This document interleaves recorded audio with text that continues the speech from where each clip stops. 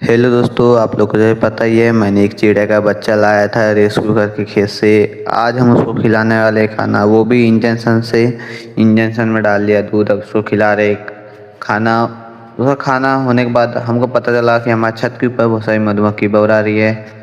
छत के ऊपर जाके देखे तो सच में बहुत सारी मधुमक्खी बौरा थी। ये सब आप लोग भी देखिए कितनी सारी मधुमक्खी है। ये आज्ञा की मधुमक्खी है दोस्तों, जो बहुत खतरनाक मक्खी होती है। हमारे घर सामने ही छत्ता है, वहाँ से बौरा गई। और इसके थर्ड पार्ट के लिए लाइक शेयर कमेंट करें।